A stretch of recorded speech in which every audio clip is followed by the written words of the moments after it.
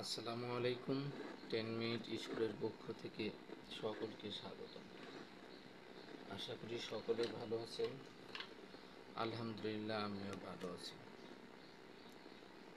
নবম ও দশম শ্রেণীর গণিত, অনুশ্রেণী 3.5। গত ক্লাসে আমরা উদাহরণ কাজ এগুলো করেছিলাম। আজ আমরা 14 নং থেকে শুরু করব।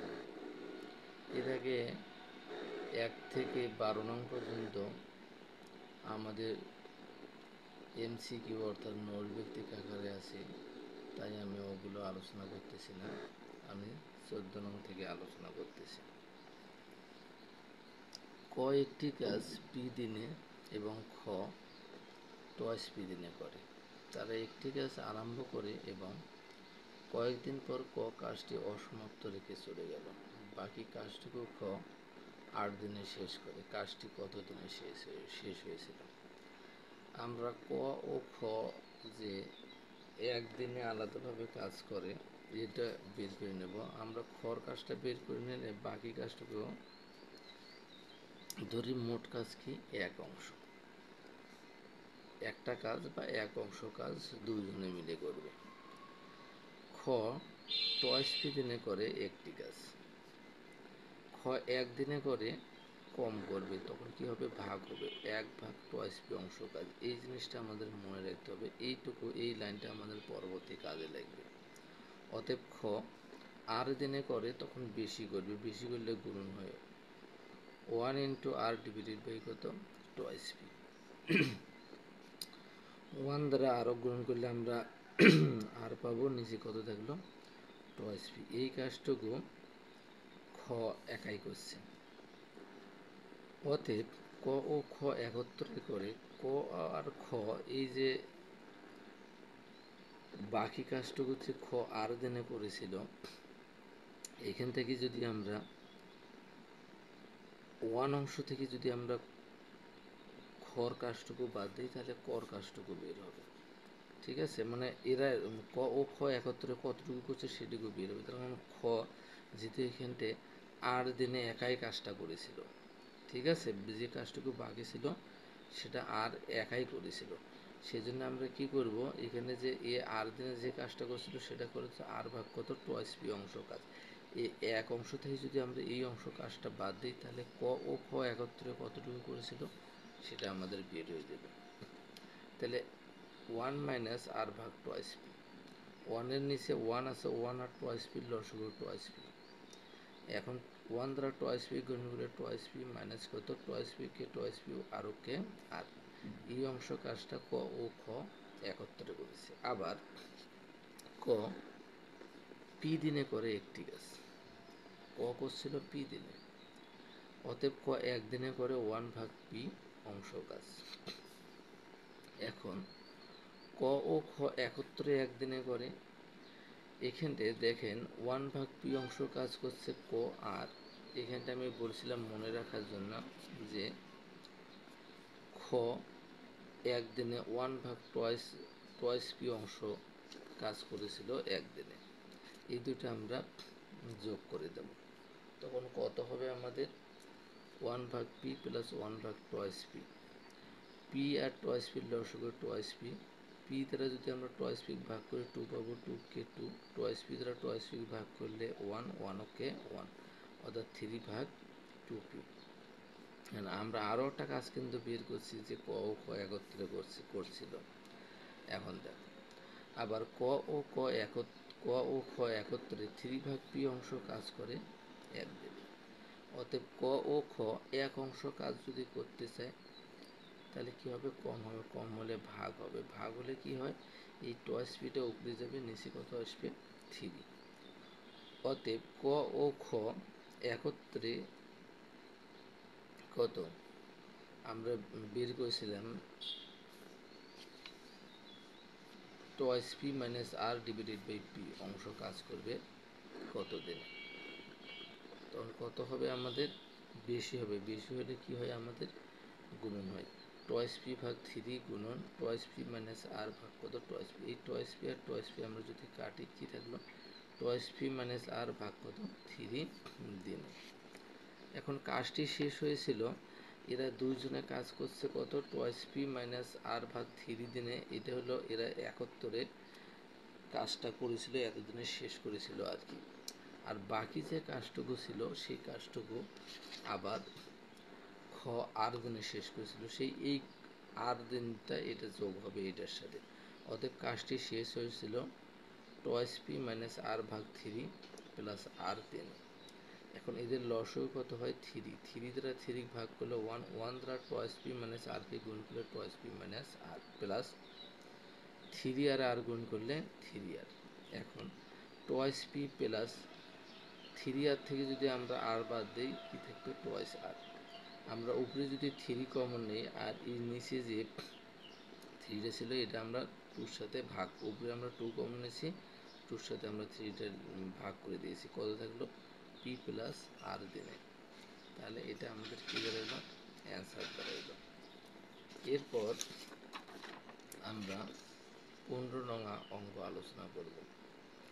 কি বলছিল, দৈনিক 6 ঘন্টা পরিশ্রম করে 10 জন লোক একটি কাজ 7 দিনে করতে পারে। দৈনিক কত ঘন্টা পরিশ্রম করে 14 জন লোক 14 জনে 6 দিনে ওই কাজটি শেষ করতে পারবে। এখানে আমরা অৌকিক নিয়মে যদি করতে যাই হবে, কিন্তু আমাদের টেক্সট বুকের সাথে আমরা মিলাইতে চেষ্টা করতেছি জাস্ট, ঠিক আছে। আমরা যদি যেমন এখানটে 10 জন লোক 7 দিনে কাজটি শেষ করে কয় ঘন্টায় 6 ঘন্টায়, এটা এইরকম যদি ভাবে আমরা নিয়ে যাই তাও হবে, কিন্তু আমাদের টেক্সট বুকে যেরকমভাবে অঙ্কগুলো দেওয়া আছে আমরা ওই রকম করার জন্য চেষ্টা করছি। ধরি দৈনিক x ঘন্টা পরিশ্রম করে 14 জনে 6 দিনে কাজটি করতে পারে। লাস্টে যে লাইনটা ছিল আমাদের কি কত ঘন্টা পরিশ্রম করে 14 জনে 6 দিনে ওই কাজটি শেষ করতে পারবে। আমরা ওখানে যেহেতু সময়টা দেওয়া ছিল না, আমরা ধরে নিয়েছি দৈনিক x ঘন্টা পরিশ্রম করে 14 জনে 6 দিনে কাজটি করতে পারে। এখন আমরা কি লিখছি, প্রথম ক্ষেত্র আর দ্বিতীয় ক্ষেত্র লিখছি, আমরা লোক সংখ্যা লিখছি, কার্য দিবস লিখছি আর কর্মঘণ্টা লিখছি। আমরা এখানে লোক সংখ্যা কত, প্রথমে 10 জন লোক 7 দিনে 6 ঘন্টা পরিশ্রম করছে, আর দ্বিতীয় ক্ষেত্রে 14 জন লোক 6 দিনে x ঘন্টায় কাজটা সম্পূর্ণ করেছে। আমরা x ঘন্টা ধরে নিয়েছি। তো প্রথম ক্ষেত্রে আমাদের কি হয়, দৈনিক 1 ঘন্টা পরিশ্রম করে একজনে একদিনে কাজটাকে যখন করতে যাবে, এগুলো সবগুলো তখন ভাগ হয়ে যাবে। এই 10, 7 আর 6 কি এগুলো সবগুলো কি ভাগ হয়ে যাবে, ঠিক আছে। 1 ভাগ কত 10 গুণন 7 গুণন কত 6 অংশ কাজ।